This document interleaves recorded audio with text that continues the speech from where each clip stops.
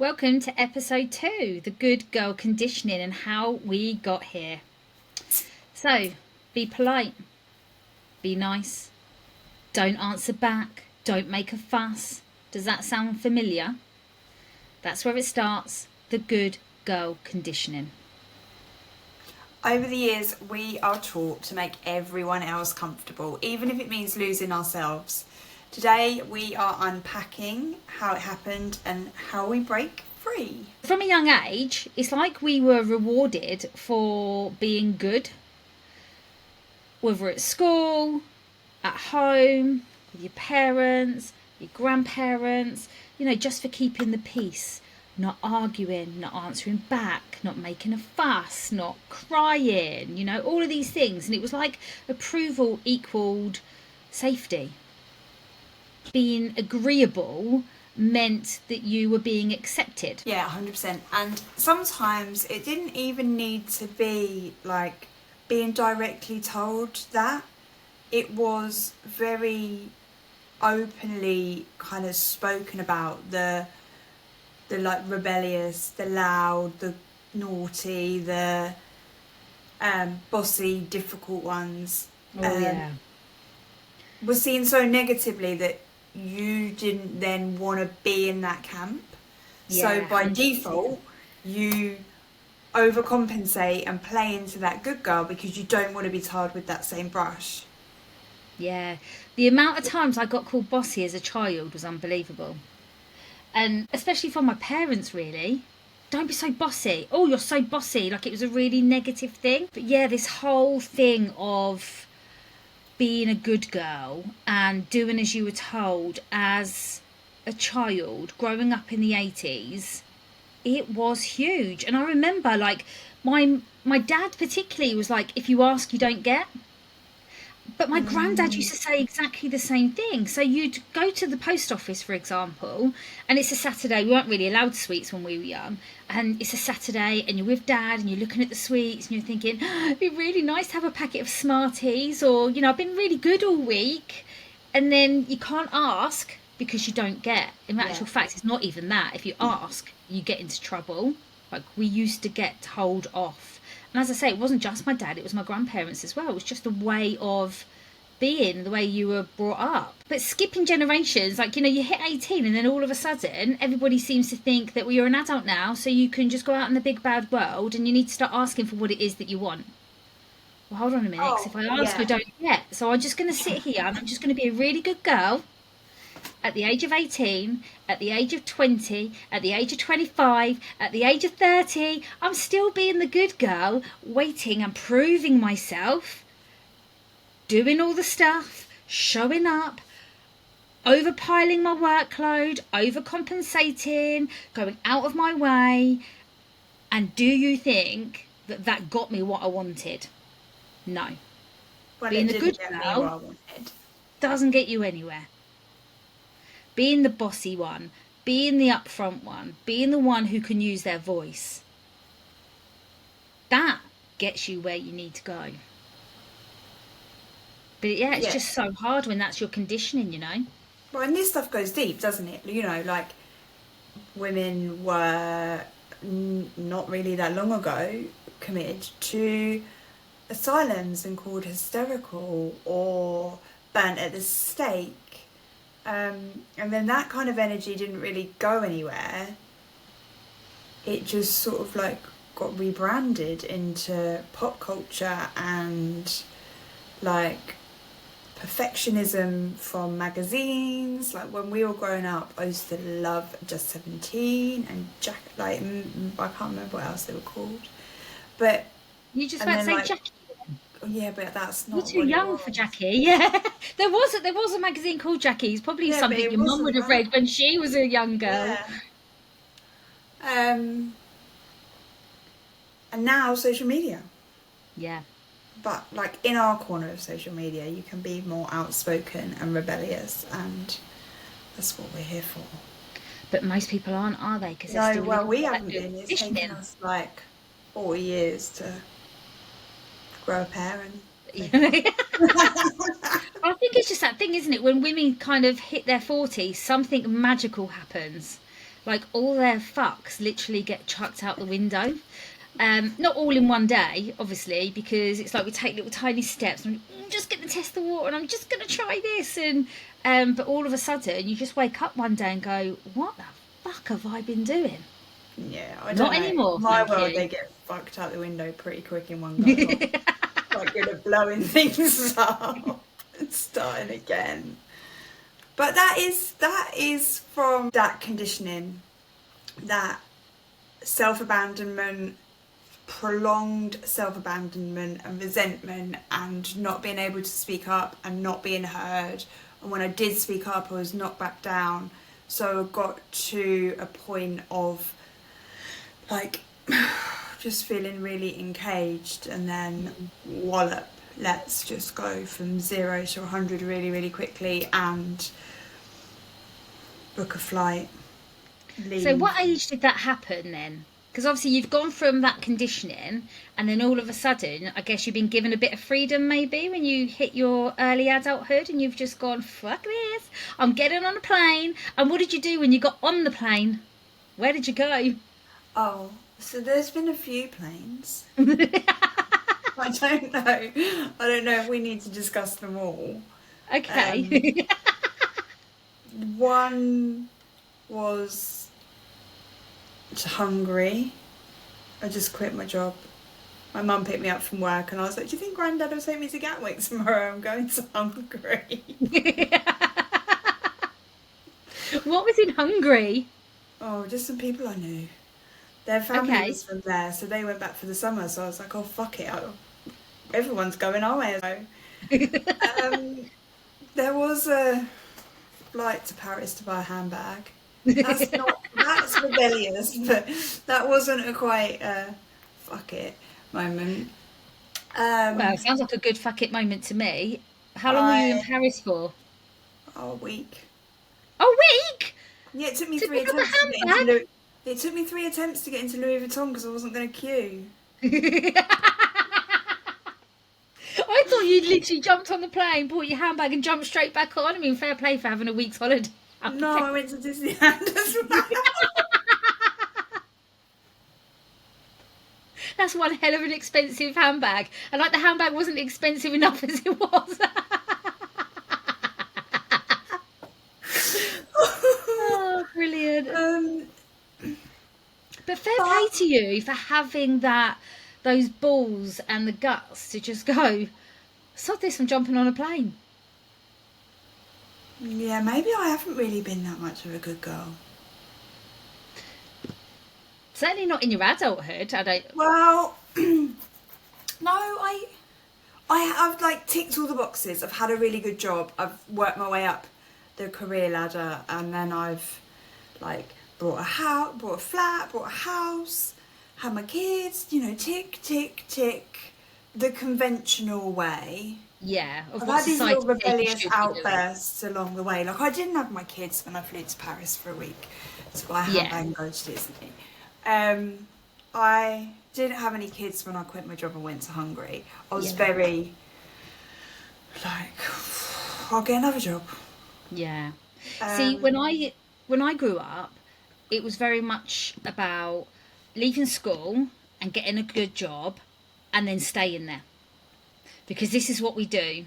We get a job and we just keep, and genuinely, like my mum and dad and my grandparents were really, really hard workers, and they've got really, really good like work ethic, and it's amazing, but it's always, in my opinion, been about proving yourself all the time and people pleasing and going above and beyond to these were prove good your jobs worth. that You I can just quit. keep your job. Yeah, these were good jobs I quit. Like I was training to be a lawyer. I was a partner, Training to a be a secretary. lawyer. No, I was a secretary to a senior partner in the country's oldest law firm. Things like that. But I was just ticking the boxes, and it was good. And then, But what oh, was good about it? What? Because it would have been a good career path had you have yeah, kept. well, you may or may not be aware of my kind of I don't know what the word is.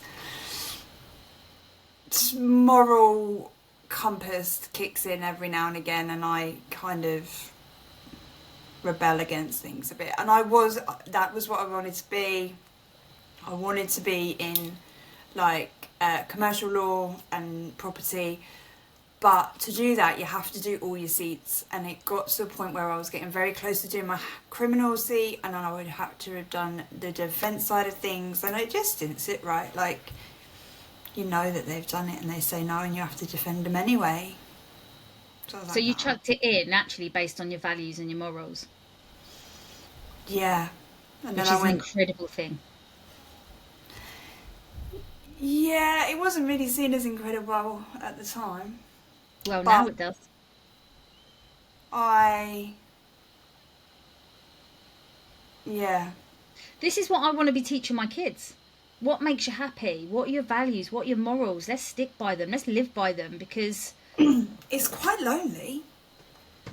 It's not an easy path when 90% of people abandon that and do stick more to the yeah, but condition. why? Why do they stick to it? Through fear, Yeah. through worry, through change, because this is how they've been conditioned and this is how they've been brought up, and this is the way it should be, even though it doesn't make you happy, Oh, even though you're just plodding I through don't, life. I don't think for 1 minute my parents thought, well, let's raise a rebellious one. I No. think I've probably given them many a sleepless night, and they haven't thought, why can't she just be a lawyer? Why does she have to? I know. My mum says I wing everything, but I'm probably the hardest working person I know. There you go. See? So yeah, that's a tangent. We've just gone off. So That's this right. is your life. But like going back on to, you know, even as adults, like previously before hitting my 40s, like we were saying earlier about always going over the top to please people, etc. And like people are literally living like this every single day, as adults. And it makes me feel so sad. I don't know a better way of putting it than that. It literally breaks my heart to think, and I'm not just talking about women, I'm talking about men as well. Any human being that spends their whole life looking for that validation and that, please tell me I'm good enough. Please tell me that I am worthy enough of this job, and I need to be secure, and I need this and I need that, because this is how we've been brought up, And there's no wonder. You go through the whole of school where teachers are telling you whether you're right or wrong. They're telling you, yeah, you're good enough or you're not good enough. They're not allowing you to have an opinion. You either have to agree and you're either right or you're wrong. And that's the end of it. So we're always like, please, miss, let me be all right. Please, miss, please let me be good enough. And not only that, we've gone through it with our parents as well. And then we get to work and we're still repeating the same shit. And we're just constantly chasing those gold stars throughout the whole of life, and it breaks my heart. It really, really does. Because what are we hiding? What is it we're hiding of parts of us? What are we not showing? Does that make sense? Like, we're literally a fraction of the person that we're meant to be, because we're just conditioned to do as we're told and be that good girl. Yeah, I think for me, I've spoke about this before. Like, a lot of this kind of good girl stuff kicked in again when I became a mum. Oh yeah. And What's expected of us? yeah, like fitting in the box, being the I've said this before, I'll say it again. Not arts and crafts mum. I found it No. incredibly difficult. I had a career that I loved. I still love working. I wanted to be back to work, but that push and pull between it, just, I'm not that person. And I Was it? think, Sorry. Was it a push and a pull because of your heartstrings? But was was it society pulling you and saying to you like this is wrong? Oh yeah, there was a big. It's like I don't know, like this, the image, the Mm, portrayal of the mum and who you need to be and what you need to do, and um, I didn't have any other friends that were parents. Really, me not too. close friends. My Yeah. social circle, we were all in sales. We had a great life. We had a great social life. We were all high achievers. We Earning. well, played hard, went out for nice dinners, flew to Paris to buy a handbag. Um, and it was like all or nothing. I couldn't see a way to keep both parts of me, Mm, I think. So then I took on who I thought I should be. yeah. And it was really uncomfortable. Like I got through it. Um, the But kids, then you look, how many years did you have to pretend to be somebody else because of what society might think or what society is saying to you, you know? So that's your life. That's potentially 10, maybe 15 years of your life gone because you're doing as you're told or what is expected of you. And it blows my mind to pieces. yeah. Mums are criticised, aren't they? Whether Yeah. they go back to work, whether they stay at home, whatever you do. And I tried to kind of keep one foot in both and Mm. fucked both up, I suppose. I wasn't one or the Absolutely not. other. I wasn't one or the other. Internally, that like turmoil was really good because I guess we've established now that I am quite rebellious. I'm not really that much of a good girl. I probably would have been burnt at the stake. I'm I was not. burnt at the stake. Just putting that out Well, there. yeah, you've gone back there. I want to go back there and find out. But I probably would have been burnt at the stake. And I've just, yeah, the push and pull is not, it's not real, is it? None of these shoulds we No, put on ourselves are real. they're not fact. This is Occasionally, you do find yourself in a situation or a relationship where you are very shoulded into being a certain way, and that creates something different, but that's a whole nother episode.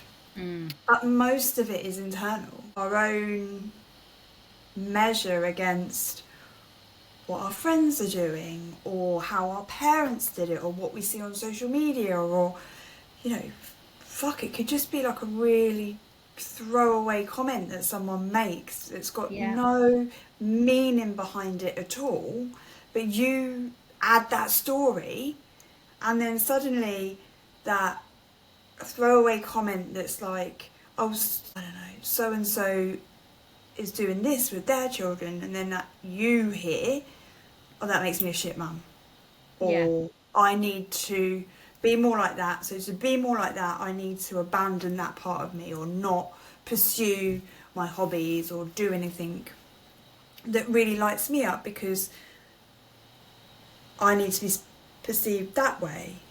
mm, But it's not, we're never told. There is no beating us with a big stick. We create these barriers in our own minds. yeah. But I do feel like a lot of that is created by our conditioning and our upbringing about what we are taught is right and what is wrong. And also, even if we're not told these things, you learn by what we're taught and what we're seen. You know, like and it's no different when you look at your opinion might be about relationships and what love really means. Like, what does a relationship mean to you? Well, normally you're looking at your own parents and you're basing it around that. And that's why some people will believe that love is one thing, and other people believe it's a completely opposite thing to that because it's what we have been, what's the word I'm looking for? What we've just been around. What is all learnt behaviour, isn't it? Yeah.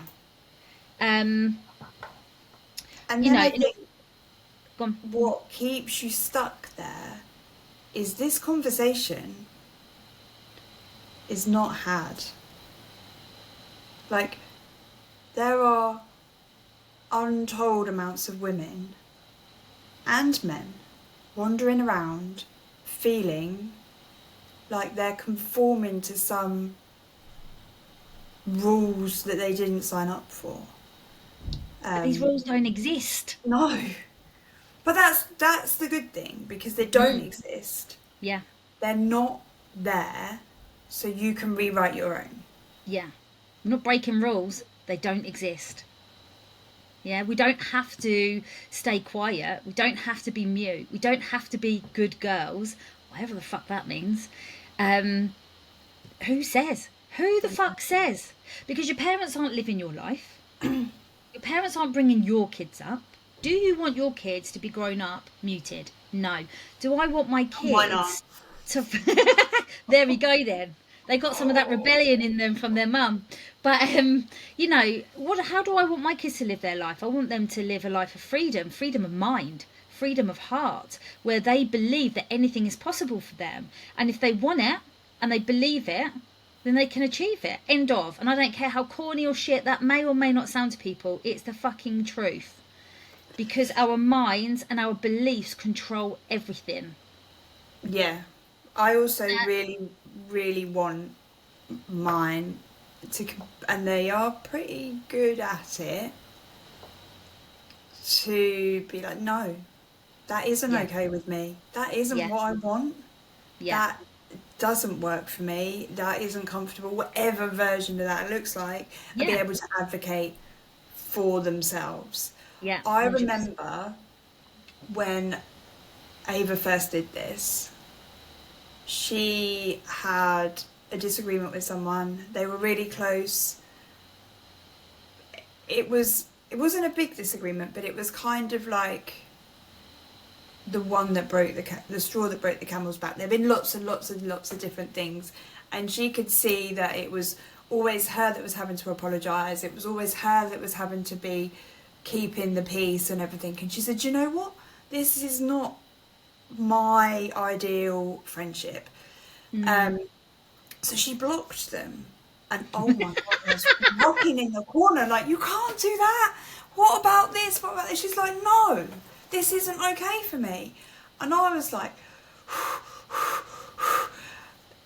no, well, what are you going to do? Like, the world's going to end you. And she's like, you're going to have no friends.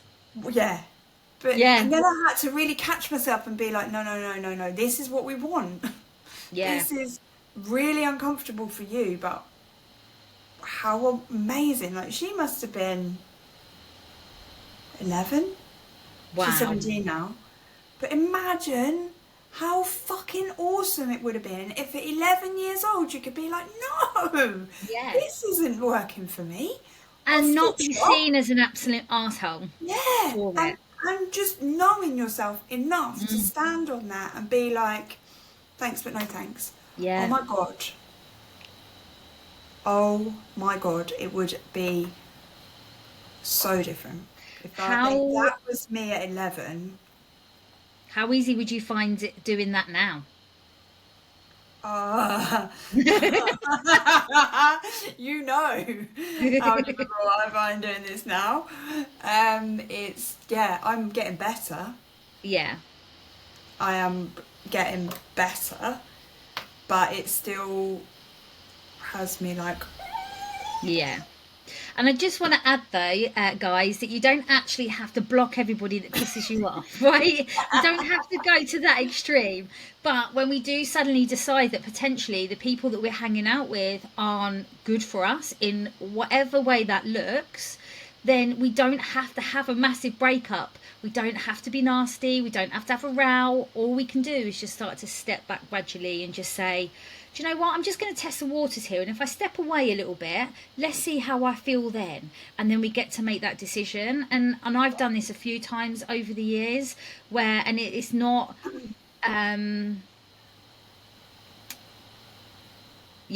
let's leave that there. But I've done it quite a few times over the years. And I've just done it subtly. Just walking back a bit, walk a bit. Oh, I'm much better at the silent retreat. In the diary. Huh? I'm much better at the silent retreat and just like stepping away and withdrawing and thinking, no. Still texting a If bit, pulling out, texting a if bit, you pulling out. yeah, if you're doing that around me, then I know that you're doing that when I'm not there. Yeah. Yeah. I'm good at that withdrawal. I'm Yeah. not very good at like in those close relationships that really aren't necessarily serving or a bit Yeah. uncomfortable, or people like to blur the boundaries and it's not really that healthy. I'm not amazing at cutting that off. Yeah. That all comes with practice. It all comes in time. So, and you know, let's look at it this way, that we're fed up of being the kind person. Because actually, like, I used to look at myself. When someone told me the first time I was a people pleaser, I was like, I'm not a people pleaser. Oh my God, I'm just really kind and I love all my friends and I just blah, blah, blah, blah. And then I realised, actually, excuse me, I am texting every single one of my friends every single week without fail. And if I missed out any of my friends every week, I'd be like, I'm the worst friend in the whole entire world. They're going to think I'm awful. They're going to think I don't care about them. And then I would message them instantly. And then one day I realised, actually, why am I doing this? And I was like, it's because I'm really kind and I've got the biggest heart in the whole entire world and I love my friends. Empathy like a badge of honour. Exactly. I am the most empathetic person. Yeah. I'm kind. I'm amazing. That's who I am. And then I suddenly realised it's coming from the wrong place. Yeah, I'm people pleasing. Why am I people pleasing? I'm going to make everything great. I'm going to make everything okay for them. Yeah. Even though it feels really uncomfortable. I don't want to be doing it. I don't.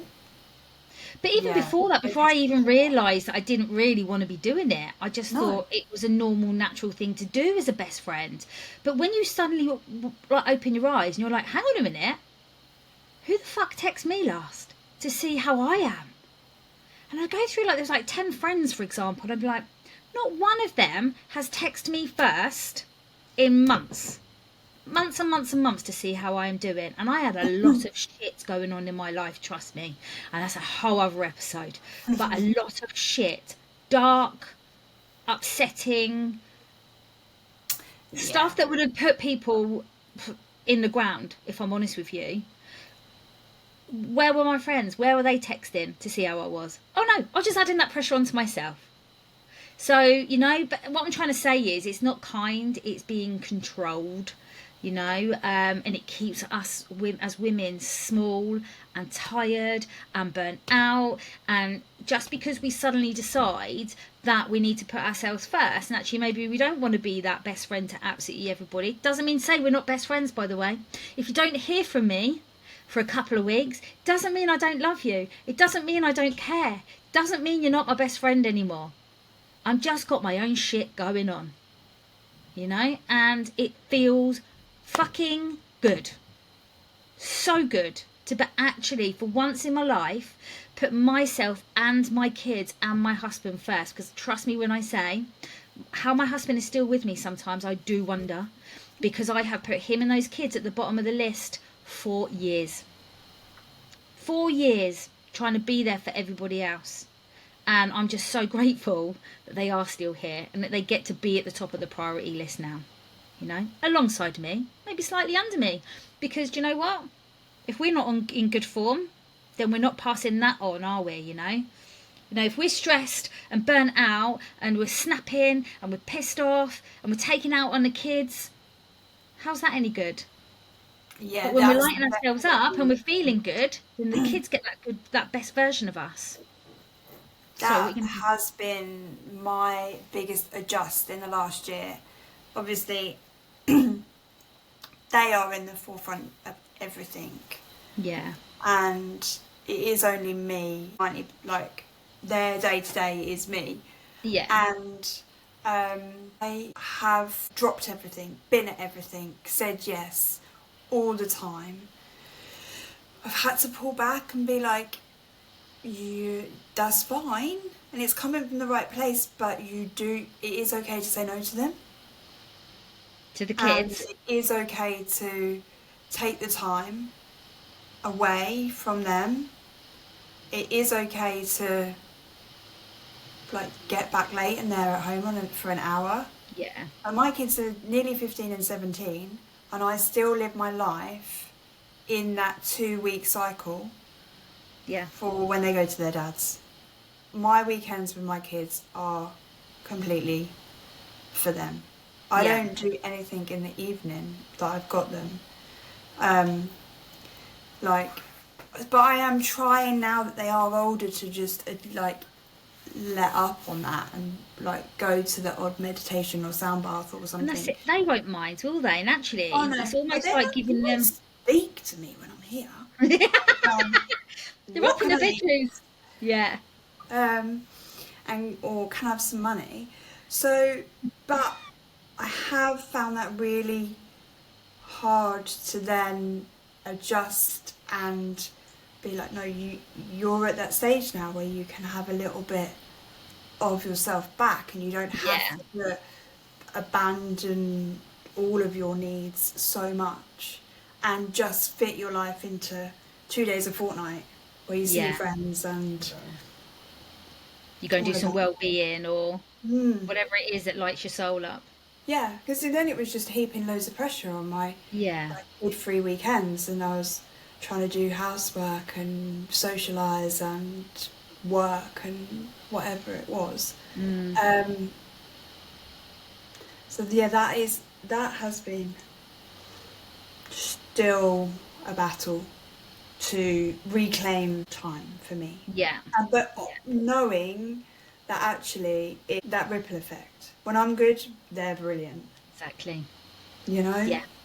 And also, I feel like we're showing them that it's okay, like as they grow up and they end up in relationships, start having families themselves, that actually we've led by example by showing them that actually you are still really important and that your needs do still matter. And like you just said, it's that ripple effect that actually if mum's good, baby's good. Same with dads as well. Like I'm not just saying, just mums, but I think mums find it harder to put themselves first. Mums have this instant guilt that is just so indescribable. To get over that. I mean, I remember wanting to go attend in lockdown a meditation, 2 hour meditation and yoga with Kirsty Gallagher. Ugh, queen. And the guilt that I felt because it was on a Sunday and my husband worked shifts. He was obviously working in lockdown from home, from the kitchen table, which he found really, really hard, understandably. He's not very good at being a caged animal. And it was on a Sunday night. The boys obviously couldn't have late nights because it depends on some weeks they were at school, some weeks they weren't at school. And he would have to stop working to put them to bed so I could have these 2 hours a month to myself. And the guilt was unreal. The boys are, but I want you to put me to bed, Mum, because you always put me to bed, They Mum. make it worse. Yeah, They play on it. They know. yeah. And obviously, Like, Mum's much more where are loving you and more going? fun What are at you doing? bedtime. When are you going to be back? And then I Yeah, get them yeah, thinking, how long are you going yeah. to be? But once I started doing it, it was the best thing I could have possibly done for myself. It really, really was, and it opened so many doors for me, like long term over the years. It's just been unreal. We're showing them that that's okay to, even when they're adults and they've got children and they've got families, they still need to put themselves first too. Definitely. So I guess potentially that was my turning point actually, if we really think about it, starting doing those 2 hour yoga and meditation evenings, like the burnout and those moments of thinking to yourself that actually being good isn't the goal, that being true to yourself really is, and how magical and incredible that actually feels, even with the guilt of having 2 hours to breathe and just be who the fuck you are. And no one needs to understand that I love the moon as much as I do. And the journaling and everything else that I was doing, and being true to yourself, to your heart, to your soul, and to those people around you is the biggest goal in life, So we Well, just need to stop chasing for approval. And we need to start choosing the word that makes me cringe. don't say it. But everything does change, doesn't it? When we stop asking for permission, when we stop apologising for everything and anything, and just actually claiming our power, which again, I know sounds really corny, but I'm here for it. I'm here for the power, you know? And trust me, ladies, once you're here, you are never turning back. Never. You can sit with us. You can be Yes. rebellious in our corner. Yes. Because, yeah, we are, wow, just not shoulding anymore. Yeah, exactly. So, just a little bit of reflection for our listeners. Ask yourself this: where in my life am I still trying to be good instead of being me? Really sit with that and have a think about it, because I think it'll be That's a really juicy one. interesting. I know. Another one. Where am I silencing myself to make other people feel comfortable? Sit with that one as well. Last little prompt. What would actually happen if I stopped? I would love it if you were to journal around this, make some notes, and if you fancy emailing in and letting us know, we'd love to share your wins and your realizations and your aha moments. And we can share it. Obviously, we'll keep it no names. Yeah, they're going to be the really juicy ones, and we dive into the shoulds that you guys are giving up, where you're going to start speaking up instead of silencing yourself, and just generally starting the little bit of rebellion that we're here for. So once we start to get some insight from you guys, I think it's going to get really juicy, and then maybe Lisa will make me stop confessing to my past. So please share your stuff. I mean, Sarah and I are complete opposite ends of the extremes. I don't know. I have some stories about you that if you're not careful I might start to air. I'm sure they'll come out at some point. So, yeah. We're not that dissimilar. But with these episodes, we're really wanting to help you to, help you with the unlearning, to help you with the unraveling, and just remembering that you weren't born to be the good girl, and that you were born to be you. Yeah. I mean, we can still be good. Like, we're not saying go and start like smashing things up, torching cars and drive-by shootings or anything like that. We're just... No, we don't want you to end up in prison. We're just saying use your voice and stick up for yourself. Do what pleases you for once. Yeah. Speak up. Choose yourself. It's just a reminder that you don't owe anybody obedience. Yeah, you owe yourself the truth.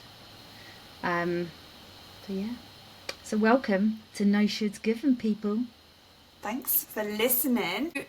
Do please give us a little follow, subscribe wherever you are listening to us. Over on Instagram, tag us in your posts of you listening. It's at that would be amazing. Given Pod. And what's our email address? It is no shoulds given pod@gmail.com.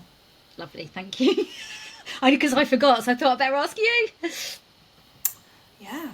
So, on to the next one. We shall see you soon. See you soon, guys. Bye.